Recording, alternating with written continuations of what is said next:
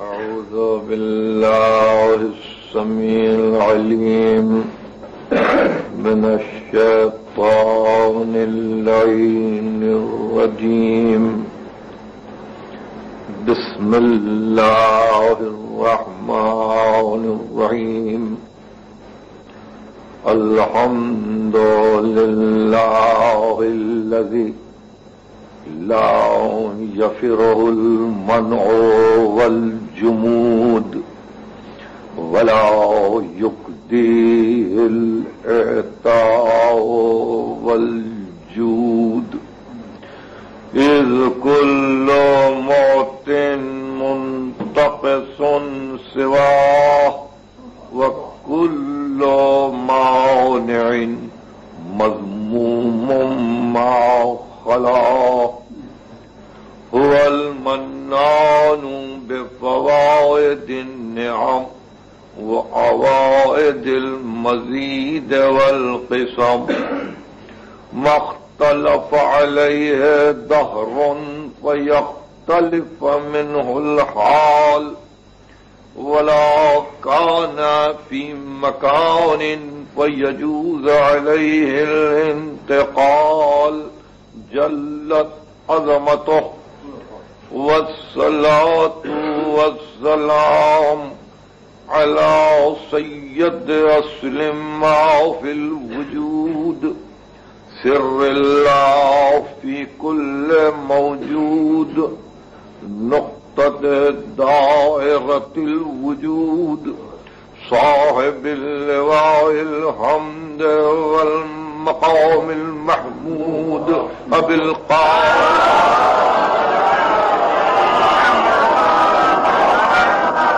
أهل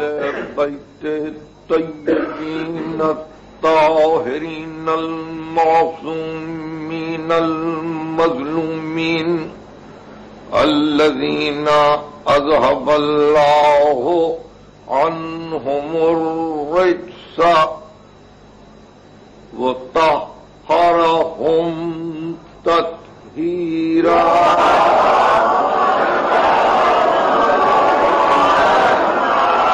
أما بعد، فقد قال الله سبحانه وتعالى في محكم كتابه الحكيم: والذين هاجروا في سبيل الله ثم قتلوا أو ماتوا ليرزقنهم الله رزقا حسنا وإن الله لهو خير الرازقين.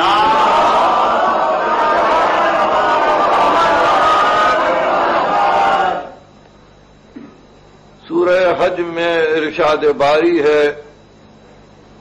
کہ وہ جو اللہ کی راہ میں ہجرت کرتے ہیں، سبیل الہی میں جنہوں نے ہجرت کی اور پھر قتل کر دیے گئے، او ماتو یا مر گئے یا قتل ہو گئے دوران ہجرت یا مر گئے، ثم قتلوا او ماتوا، تو وعدہ یہ ہے لَيَرْزُقَنَّهُمُ اللَّهُ رِزْقًا حَسَنًا، خدا ان کو رزق حسن عطا، لَيَرْزُقَنَّهُمُ اللَّهُ رِزْقًا حَسَنًا، اور پھر اس شان سے وَإِنَّ اللَّهَ لَهُوَ خَيْرُ الرَّازِقِينَ، اور ذات واجب تو بہترین رزق دینے والی ذات ہے۔ مسئلہ چونکہ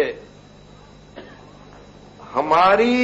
آپ کی اور مخلوقات عالم کی زندگی سے وابستہ ہے،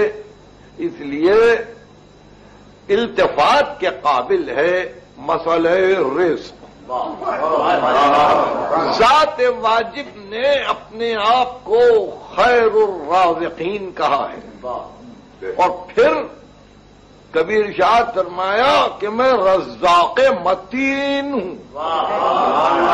یہ دو لفظوں کی ترکیب ملاحظہ فرمائیے کہ رزاق متین ہوں، دیتا ہوں سب کو اور پھر سب بگڑتے ہیں. سب بگڑتے ہیں.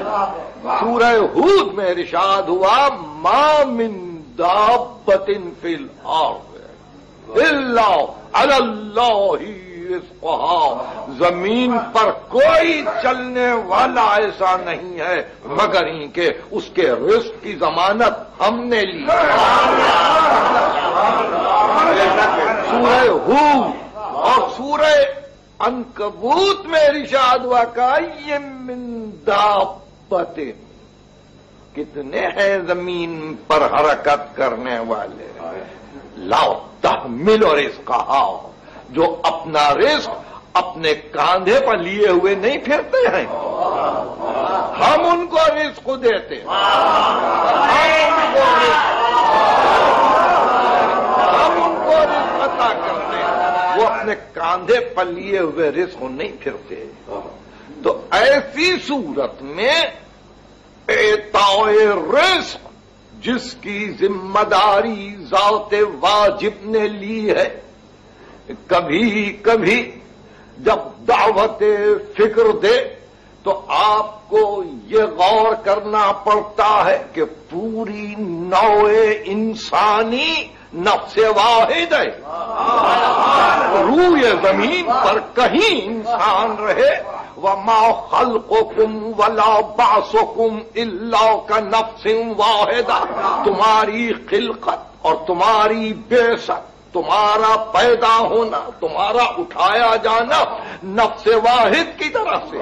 تو جب تم کو بنایا اور زمین پر جگہ دی، قدر فیہا اقواتہا، تو ہم نے زمین میں تمہارے لیے تمہاری رزق کا انتظام کر دیا.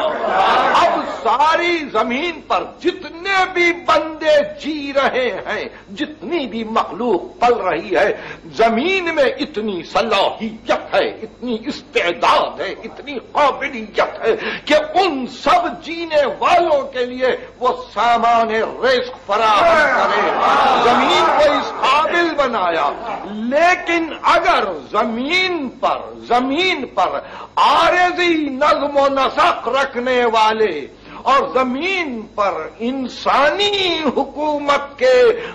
مختلف مظاہر اگر اپنے آپ کو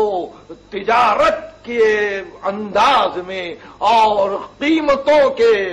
اترنے اور چڑھنے پر غور و فکر کرتے ہوئے کسی جگہ غلے کی فراوانی کو دیکھ کر لاکھوں ڈالر صرف اس لیے خرچ کریں کہ فاضل غلہ جلا دیا جائے یا فاضل غذا بیکار کر دی جائے، تو ایسے میں اللہ پہ تو کوئی الزام نہیں.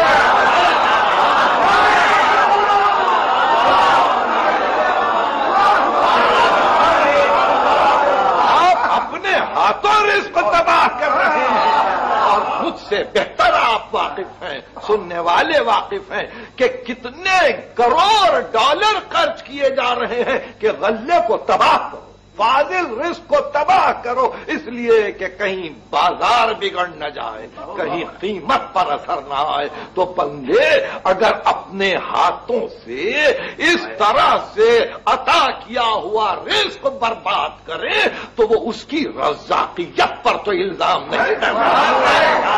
یہ تو نہیں کہہ سکتے کہ وہ رزاق ہے تو بندے بھوکے کیوں مرتے ہیں. بندے بھوکے مرتے ہیں تمہارے نظم و نسق.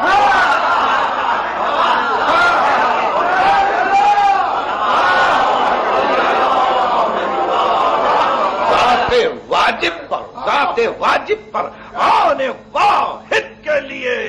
شعبہ الزام نہیں آ سکتا کہ اس نے اپنے بندوں کو کہیں رزق سے محروم رکھا. صرف یہی نہیں کہ اس نے معدے کے لیے رزق بنایا،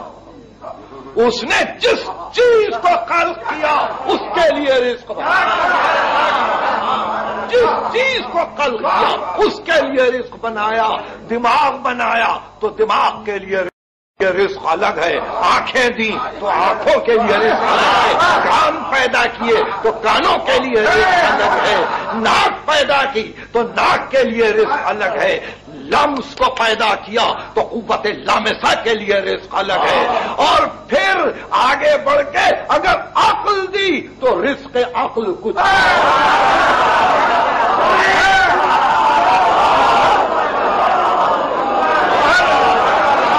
ملاحظہ فرمایا کہ وہ رزاق متین ہے، وہ جس چیز کو خالق فرماتا ہے اس کو بغیر رزق نہیں رکھتا۔ اچھا منظر آنکھوں کے لیے رزق ہے، اچھی آواز کانوں کے لیے رزق ہے، اچھا ذائقہ زبان کے لیے رزق ہے، حکمت کی باتیں عقل کے لیے رزق ہے۔ اس طرح سے ذات واجب نے کسی کو بغیر رزق نہیں رکھا، خیر الرازقین ہے، بہترین رزق دینے والا ہے، اور پھر رحمان ہے، موسیٰ کو بھی رزق دیتا ہے، رحمان ہے، ابراہیم کو بھی رزق دیتا ہے، نمرود کو بھی رزق دیتا ہے۔ یہ نہیں کہ اپنے بندے کو رزق دے اور جو اس سے سرتابی کرے اس کا رزق بند کر دے، یہ رحمانیت کا تقاضا نہیں ہے۔ اس نے یہ طے کر لیا جب تک جیو گے رزق میں دوں گا، جب تک جیو گے رزق میں دوں گا، اس لیے رزق کی شکایت نہ کرنا، رزق کی شکایت نہ کرنا۔ سب سے بڑی انسان کی ناشکری یہ ہے کہ وہ ذات واجب پر یہ الزام لگائے کہ وہ رزاق ہوتے ہوئے اپنے بندوں کو بھوکا دیکھتا ہے۔ بندے اگر بھوکے رہتے ہیں تو وہ ہمارا اپنا بنایا ہوا نظم و نسق کا ایک راستہ ہے کہ جہاں جا کر بہت سے انسان صحیح معنی میں وہ رزق نہیں پاتے جو ان کو پہنچنا چاہیے۔ دینے والا تو سب کو دے رہا ہے۔ اسی منزل پر آگے بڑھ کے ارشاد فرمایا یہ نہ سمجھنا، یہ بھی نہ سمجھنا کہ سب کے لیے ہم نے طے کر دیا ہے کہ سب کو ایک ہی طرح سے رزق دیں گے، ایک ہی طرح سے رزق دیں گے، نہیں۔ فضلنا بعضکم علی بعض فی الرزق، ہم نے بعض کو بعض پر رزق میں فضیلت دے دی۔ دیکھیے اب اس شبہ کو بھی نکال دیجئے، وہ کسی کو زیادہ رزق دیتا ہے، کسی کو کم۔ کیوں؟ ظرف کو دیکھتا ہے، صلاحیت کو دیکھتا ہے، استعداد کو دیکھتا ہے، قوت تحصیل کو دیکھتا ہے، استحصال کی کیفیت کو دیکھتا ہے اور رزق عطا کرتا ہے۔ ارشاد فرمایا فضل بعضکم علی بعض فی الرزق، ہم نے کسی کو زیادہ رزق دیا، کسی کو کم رزق دیا، مگر حکم یہ ہے فَمَا الَّذِينَ فُضِّلُوا، مگر یہ ہے کہ جن لوگوں کو ہم نے رزق زیادہ دیا ہے بِرَادِّ رِزْقِهِمْ عَلَىٰ مَا مَلَكَتْ أَيْمَانُهُمْ، کیا بات ہے کہ جن کو ہم رزق زیادہ دیتے ہیں وہ اپنے رزق کو کیوں نہیں تقسیم کرتے ان لوگوں پر جو ان کے دست نگر زیادہ دیا ہے۔ انکار نہیں فرمایا، یہ نہیں کہا کہ ہم نے سب کو برابر دیا، نہیں، درجات ہیں، جیسے عقل کے درجات ہیں، جیسے فکر کے درجات، جیسے انسانیت کے درجات، اسی طرح عطائے رزق کے درجات۔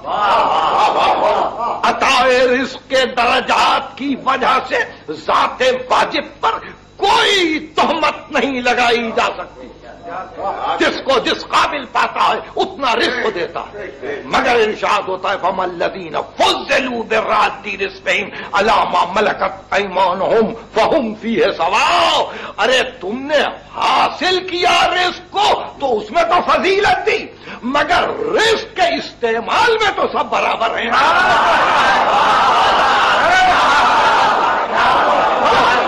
فَهُمْ فِيهِ سَوَاءٌ، استعمال رزق میں سب برابر۔ تو ایسی منزل پر ایک اور مسئلے کو کو قرآن نے حل کر دیا کہ ہم تو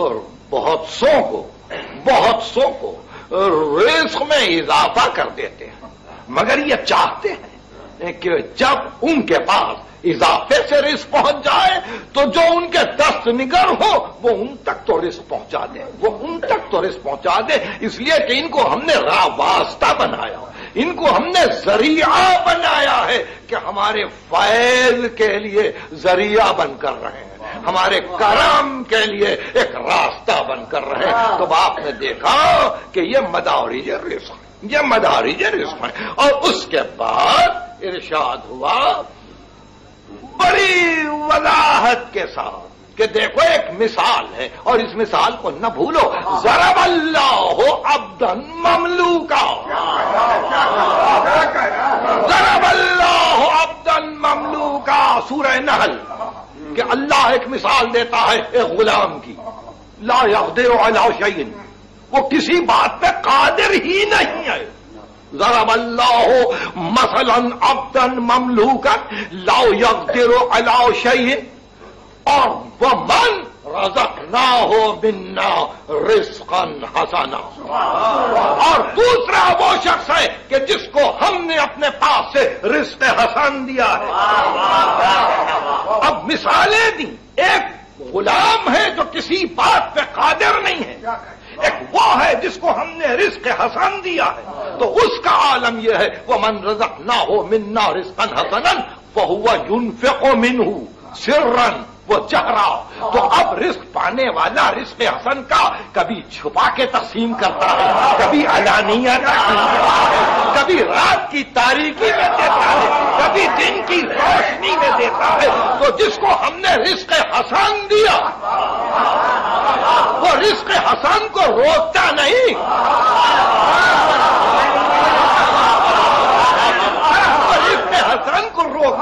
وہ رزق حسن کو تقسیم کرتا ہے، اور اس طرح سے تقسیم کرتا ہے، کبھی اعلان سے دیتا ہے، کبھی چھپا کے دیتا ہے۔ وَهُوَ يُنْفِقُ مِنْهُ سِرًّا وَجَهْرًا، کبھی راز کے عالم میں دیتا ہے، کبھی اعلان کر کے دیتا ہے۔ ایسے بندے سے ہم خوش ہیں، اور ہم دیکھتے ہیں کہ وہ جو دوسرا ہے وہ مملوک ہے، روک رکھتا ہے رزق کو، وہ غلام ہے۔ آپ نے آزاد اور غلام کی مثال کیا ہے؟ آزاد وہ کہ لے تو دے دے، غلام وہ کہ لے تو روک رکھتا ہے۔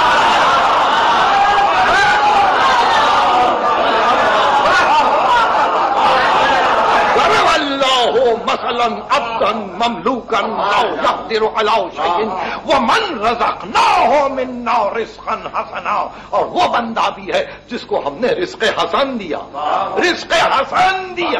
فہو ينفق منہ سرا وجہرا، وہ کبھی رات کو دیتا ہے، کبھی علانیہ انفاق کرتا ہے، ہماری راہ میں خرچ کرتا ہے۔ وَمِمَّا رَزَقْنَاهُمْ يُنْفِقُونَ، پہلی آیت آپ کو سلسلے میں اگر یاد ہو تو آئیے پھر واپس جائیں عنوان کی آیت۔ وَالَّذِينَ، وہ لوگ جنہوں نے ہجرت کی، ہاجروا فی سبیل اللہ ثم قتلوا او ماتوا،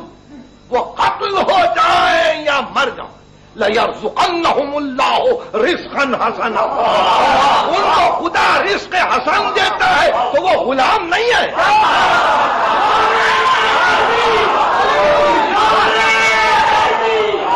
مملوک نہیں ہے، وہ فکر آزاد رکھتے ہیں، ان کی موت ان کے لیے تقسیم رزق میں مانع نہیں ہے۔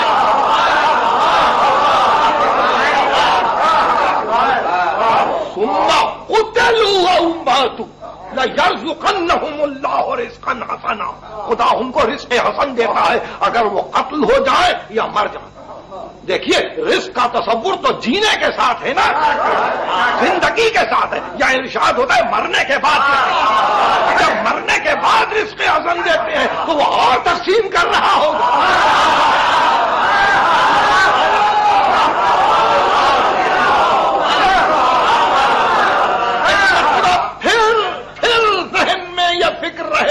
بڑی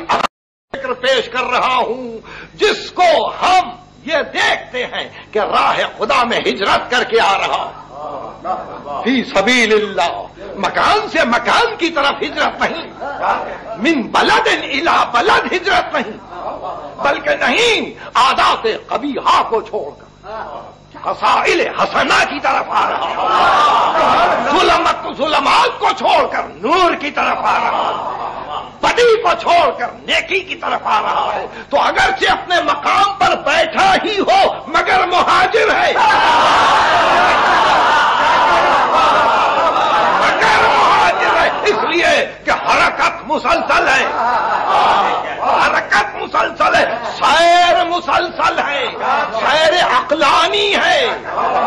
ظلمت سے ہٹ رہا ہے نور کی طرف آ رہا ہے، باطل سے ہٹ رہا ہے حق کی طرف آ رہا ہے، غیر حق کی طرف سے ہٹ رہا ہے حق کی طرف جا رہا ہے، تو ایسے موقع پر مہاجر ہے۔ اور اگر اس عالم میں قتل ہو جائے یا مر جائے،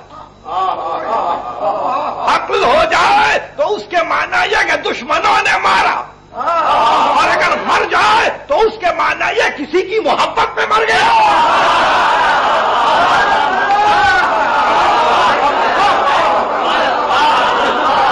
کسی کی محبت میں مر گیا۔ تو اب دیکھیے ہم اس کو رزق حسن دیتے ہیں،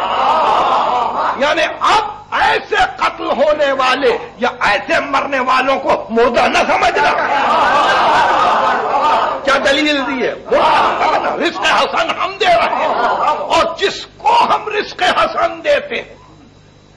جس کو ہم رزق حسن دیتے ہیں فَهُوَ يُنْفِقُ مِنْهُ سِرًّا وَجَهْرًا، وہ رزق کو روک نہیں رکھتا، وہ کبھی چھپا کے دیتا ہے، کبھی اعلان کر کے دیتا ہے۔ تو دینے کے لیے فقط حیات دنیا ہی کی ضرورت نہیں، اس سانس کے چلنے کی ضرورت نہیں، جسم کے متحرک ہونے کی ضرورت نہیں، قتل ہو جانے کے بعد بھی رزق بانٹ سکتا ہے، مرنے کے بعد بھی رزق بانٹ سکتا ہے۔ اب آپ نے دیکھا کہ اس منزل رزق پر پہنچ کر چند باتیں واضح ہو گئیں۔ سب سے پہلے یہ کہ کائنات کے ذرے ذرے کے لیے اس کا اپنا رزق ہے، رزق دینے والا اور رزاق متین، اس نے ہر شے کو اس کی استعداد کے مطابق رزق دیا ہے۔ تو اسی طرح سے ہجرت کرنے والے کو بھی رزق دیتا ہے، تو وہ رزق پانے والا رزق کو روکتا نہیں ہے، وہ انفاق کیے جا رہا ہے، دیے جا رہا ہے، کبھی چھپا کے دے رہا ہے، کبھی اعلان کر کے دے رہا ہے۔ اور اس منزل پر ایک مرتبہ اب پھر واپس آ کے دیکھیں آل عمران کی آیت کو تو پتا چلے گا کہ رزق دیتا کس کو ہے، رزق دیتا کس کو ہے۔ تو ایسے منزل پر ارشاد ہوا کہ ہاں لو تحسبن الذین قتلوا فی سبیل اللہ امواتا بل احیاء عند ربہم یرزقون، اللہ کی راہ میں قتل ہو جانے والوں کو مردہ نہ کہنا، یہ قرآن ہے، یہ قرآن ہے۔ لا تحسبن الذین قتلوا فی سبیل اللہ امواتا، گمان بھی نہ کرنا، ترجمہ صحیح ہے، گمان بھی نہ کرنا۔ لا تقولوا اور منزل پر ہے یہ، لا تحسبن الذین قتلوا، گمان بھی نہ کرنا کہ ہماری راہ میں قتل ہونے والا مردہ ہے، نہیں، وہ زندہ ہے، اور زندگی کی علامت عند ربہم یرزقون، زندگی کی علامت یہ ہے کہ اپنے رب کے پاس وہ رزق پا رہے ہیں، اپنے رب کے پاس وہ رزق پا رہے ہیں۔ کشتگان راہ خدا فرحین بما آتاہم اللہ من فضلہ، خوش ہیں کہ اللہ نے اپنے فضل سے یہ دیا ہے، یہ منزلت عطا کی ہے، ان کو فرحت ہے۔ وَيَسْتَبْشِرُونَ بِالَّذِينَ لَمْ يَلْحِقُوا بِهِمْ أَلَّا خَوْفٌ عَلَيْهِمْ وَلَا هُمْ يَحْزَنُونَ، اور بشارت طلب ہے، خوش بھی ہے اور بشارت طلب ہے کہ میرے بعد آنے والوں کو اب نہ خوف رہے گا نہ حزن رہے گا۔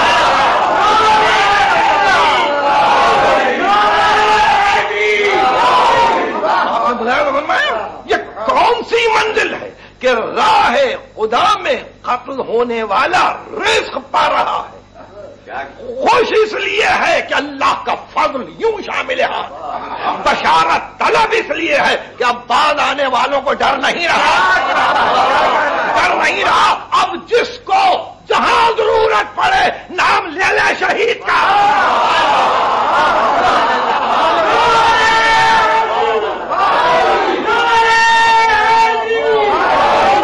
جس کو جہاں ضرورت پڑے نام لے لے شہید کا، اس میں کوئی قید نہیں ہے عقیدے کی۔ ہر شخص یہ کہتا ہے ہم حسین کے نقش قدم پہ چلیں گے، وہ عقیدے کی قید نہیں ہے کہ اسی عقیدے کا ہو تو کہے نہیں، کیوں؟ اس لیے کہ وہاں رزق بٹ رہا ہے، وہاں رزق بٹ رہا ہے، سخی کی بارگاہ ہے، سخی کی بارگاہ ہے۔ جب تک جس میں عنصریہ معدی میں ان کی روح حرکت کر رہی تھی اس وقت بھی سخی تھے، روٹیاں اٹھا کے دے دیتے تھے اور حلادا کو لے لیتے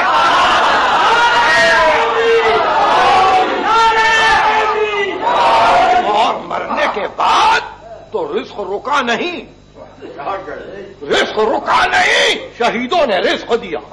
شعور کو رزق دیا، عقل کو رزق دیا، فکر کو رزق دیا، آگے بڑھ کے ادب کو رزق دیا، سخن کو رزق دیا، فہم انسانی کو رزق دیا، تمدن کو رزق دیا، تہذیب کو رزق دیا۔ یہ شہیدوں کا رزق ہے جس میں ہم جی رہے ہیں۔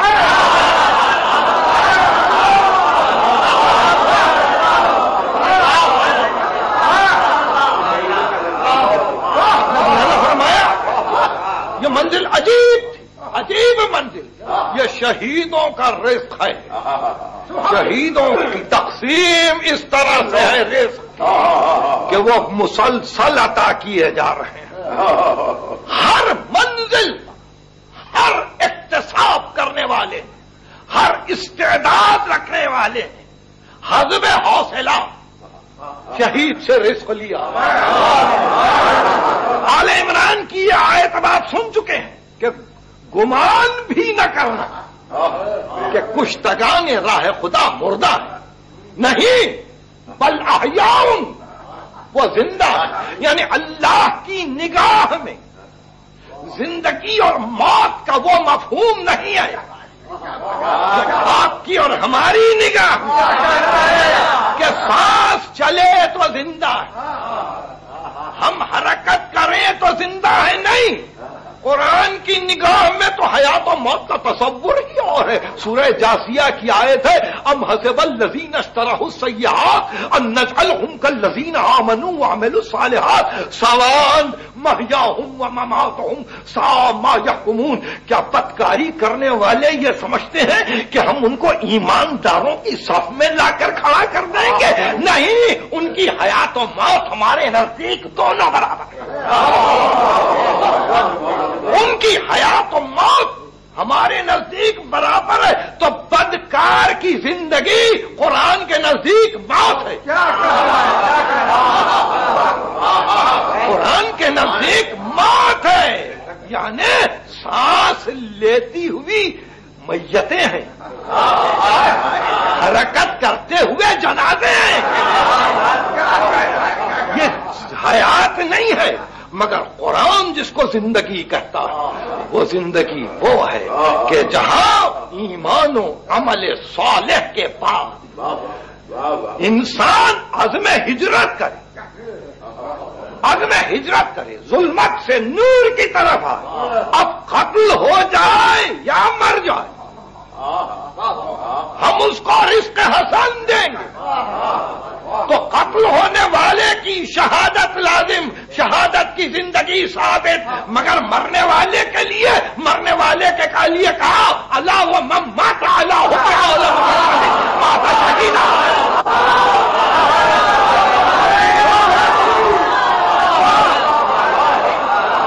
ان کی محبت میں مر جائے وہ شہید مرتا ہے، رک جائے گا، اس ہاتھ سے رزق کو چھین کر دوسرے کے ہاتھ میں دے دیں گے۔ فرمایا خبردار نہیں، دیتے جاؤ دیتے جاؤ۔ تو اس لیے یہ کرم ہے کہ رزق مل رہا ہے 1390 ہجری کا محرم ہے، ابھی تک رزق مل رہا ہے اور قیامت تک ملتا رہے گا۔ یوں رزق پاتے ہیں، عقل کو رزق دیا، شعور کو رزق دیا اور بتلایا کہ دیکھو اگر اپنے لیے راہیں ڈھونڈ سکتے ہو تو رزق لو، رزق دینے کے لیے تیار ہیں، مگر قبل اس کے کہ یہ فکر ہو کہ ہم ان کے بتلائے ہوئے راستے پر چلیں گے یا ان کے آثار فدویت کو ڈھونڈتے ہوئے یا ان کے جذبات قربانی کو دیکھتے ہوئے ہم بھی اسی منزل پر پہنچ کر اپنے فدویت و قربانی کو پیش کریں گے، تو اس سے پہلے ایک مرتبہ یہ ضروری ہے کہ شہید کو کوئی پہچان تو لے، کس منزل پر گفتگو جا رہی ہے، ارے شہید کو پہلے پہچانو، پھر یہ کہو کہ ہم ان کے قدم بقدم چل رہے ہیں۔ کون ہے شہید؟ کون ہے شہید؟ اسلام میں ایک ہی ذات عظمت کے قابل ہے، اسلام میں ایک ہی روح کمال ہے، ایک ہی روح ایمان ہے، اسلام مکمل ایک ہی قدسی صفات ہے اور وہ ذات گرامی ہے احمد مصطفیٰ۔ انہی کا کلمہ ہے، انہی سے عزا ہے، انہی سے تشہد ہے، انہی پر سلام ہے، انہی کے لیے درود ہے، وہی مظہر صفات جلال و جمال الہی ہے، سب کچھ وہ ہے، سب کچھ وہ ہے۔ اور پھر انہوں نے اللہ کے پیغام کو آخری صورت دے کر یہ بتلایا کہ قیامت تک اس پیغام کو رہنا ہے۔ تو ایسی صورت میں نبی یہ چاہتے تھے کہ اس کام کو پورا کرنے کے لیے، اس کام کی تکمیل کے لیے میں کسی ایسے کو چن لوں، کسی ایسے کو چن لوں کہ اگر فدویت و قربانی کی منزل آئے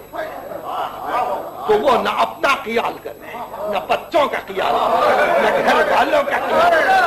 نہ ترک وطن کا خیال کرے، کسی کا خیال نہ کرے، اس لیے اپنی چاہتی بیٹی کے بیٹے کو پسند کر کے سینے سے لگا کے کہا حسین حسین مجھ سے ہے اور میں حسین سے۔ یہ وہ منزل تھی کہ جہاں حسین ابن علی نے بھی یہ دیکھا کہ نانا کے مقصد کی تکمیل اسی میں ہے کہ گھر چھوٹے اور صحیح معنی میں ہجرت واقع ہو جائے، صحیح معنی میں ہجرت واقع ہو جائے، مدینہ چھوٹے، مدینہ کا احترام بھی رہ جائے، مکہ آئے اور مکے کی عظمت بھی باقی رہ جائے، نہ وہاں لڑائی ہو نہ یہاں لڑائی ہو۔ دونوں جگہ کی لڑائی کو حسین پسند نہیں کرتے تھے، اس لیے پسند نہیں کرتے تھے کہ بعد میں چل کے کہیں تاریخ یہ نہ کہہ دے کہ قاتل کا پتہ نہیں چلا، معلوم نہیں کس نے قتل کیا، معلوم نہیں حاجیوں کے لباس میں کون تھا، معلوم نہیں مدینے میں کون سی سازش تھی۔ اس لیے حسین چاہتے تھے اب جو لڑائی ہو تو کھلے میدان میں، کھلے میدان میں ہو، تقسیم برابر کی ہو، اپنا پرایا معلوم ہو جائے، یگانا بیگانا پہچانا جائے، آنے والا کوئی آئے تو حر بن کے اور ایسے موقع پر محرم کی 10ویں تاریخ 61 ہجری کا پہلا مہینہ حسین ابن علی نے طے کر لیا کہ آج قربانی کی منزل، آج قربانی کی منزل ہے، اور اس قربانی کی منزل پر ہم نے انبیاء مرسلین کو بھی دیکھا، اس قربانی کی منزل پر ہم نے دنیا کے بڑے بڑے عقل مندوں کو بھی دیکھا، مگر اس شان سے اس منزل کو سر کرتے ہوئے ہم نے کسی کو نہیں پایا۔ ابراہیم ایک منزل پر رک گئے، زکریا ایک منزل پر رک گئے، موسیٰ ایک منزل پر رک گئے، مگر یہاں جو ہم نے دیکھا تو دیکھا ایک دن میں اتنی لاشیں اٹھائیں، ایک دن میں اتنی میتیں اٹھائیں، 57 برس کا دن ہے، کبھی بھانجوں کی لاشیں لا رہے، کبھی بھتیجے کی لاش لا رہے، آخر میں وہ منزل بھی آئی کہ 18 برس کے نوجوان بیٹے کی لاش اٹھائی اور یہ کہہ کے اٹھائی کہ علی دنیا بعدک لفا علی اکبر، تیرے بعد تو جینے پہ خاک۔ اور اب جو فرصت ملی تو 32 برس کے بھائی کی لاش پر، اور یہ کہہ کے چلے عباس جاؤ عباس، اب ہماری کمر ٹوٹ گئی، وَمِنْهُمْ مَنْ قَضَىٰ نَحْبَهُ وَمِنْهُمْ مَنْ يَنتَظِرُ وَمَا بَدَّلُوا تَبْدِيلًا، جانے والے جا چکے، اب تھوڑی دیر میں ہم بھی آ رہے ہیں اور یہی قضاء الہی ہے۔ یہ کہہ کے گودال قتل گاہ میں آئے، زخمی تو ہو چکے تھے، ایک گھوڑے کی گردن میں دونوں ہاتھوں کو ڈال دیا اور کہنے لگے ذوالجناح آخری سواری ہے، آہستہ آہستہ چل، جگہ ہم خود چن لیں گے، ہم خود پسند کر لیں گے۔ ایک مقام پہ پہنچ کے جگہ کو پسند کیا اور بے اختیار زمین پر سجدہ باری میں گر پڑے اور آواز دی الہی و سیدی و مولایا رضاً بقضائک و تسلیماً لامرک، تیرے حکم پر راضی ہوں، تیرے امر کو مان رہا ہوں، لا معبود سوا یا غیاث المستغیث، تیرے سوا میرا کوئی معبود نہیں۔ اے پناہ نہ رکھنے والوں کو پناہ دینے والے، اب میری مدد کر۔ حسین زمین پر آئے، ادھر خیمے کا پردہ الٹ کے بہن نکلی اور یہ کہتے ہوئے نکلی بھائی نظر نہیں آتا، بھائی نظر نہیں آتا، کربلا کے میدان میں شام ہو رہی ہے، شام ہو رہی ہے، بہن بھائی کو ڈھونڈ رہی ہے۔ کیا ایسے میں ایک مرتبہ آواز آئی، جاؤ بہن واپس جاؤ، جاؤ بہن واپس جاؤ، عابد بیمار کی حفاظت کرو، سکینہ کی حفاظت کرو، گھر والوں کی حفاظت کرو۔ اب تو واپس آئے، دیکھا خیمے جل رہے ہیں، اب تو واپس آئے، دیکھا خیمے جل رہے، تو گھبرا کے بچوں کو باہر کھینچا، عابد بیمار کا سجادہ باہر لائی، سکینہ بیوی کو سنبھالا، اور ایسے عالم میں کہ جبکہ ادھر خیمے جل رہے تھے، کربلا کے میدان میں شام ہو رہی تھی، ہائے زینب کی پریشانی کہ ایک مرتبہ ام کلثوم سے کہا بہن ارے کل کی بات تھی نا، اسی خیمے کے اطراف عباس بھی تھے، علی اکبر بھی تھے، اور محمد بھی تھے، قاسم ابن حسن بھی تھے، بہن آج کون ہے؟ چلو تم ہم مل کے آج بچوں کی حفاظت کریں۔ یہ کہہ کے ایک مرتبہ بچوں کو ریتی پر بٹھا کے اطراف گھومنے لگی، تھوڑی دیر نہ گزری، ایک مرتبہ دیکھا کہ تاریکی شب میں کسی کے آنے کی آواز آ رہی ہے، گھبرا کے کہا ارے کون آ رہا ہے؟ پتا چلا کہ کوئی سوار آ رہا ہے، تیزی سے آ رہا ہے، پکار کے کہا علی کی بیٹی تجھ سے کہتی ہے رک جا، رک جا، میرے بچے ابھی ابھی گھبرا کے سوئے ہیں، میرے بچے ابھی روتے روتے سوئے ہیں، ادھر نہ آؤ۔ مگر وہ سوار نہ رکنا تھا، نہ رکا، علی کی بیٹی کو جلا لایا، آگے بڑھ گئی، گھوڑے کے سامنے کھڑی ہوئی اور ایک مرتبہ لگام پہ ہاتھ رکھا، کہا تجھے دھیان نہیں آتا، فاطمہ کی بیٹی تجھ سے کہتی ہے، ایک مرتبہ نقاب کو الٹ کے کہا زینب علی آیا ہے، علی آیا ہے حفاظت کے لیے، جاؤ زینب آ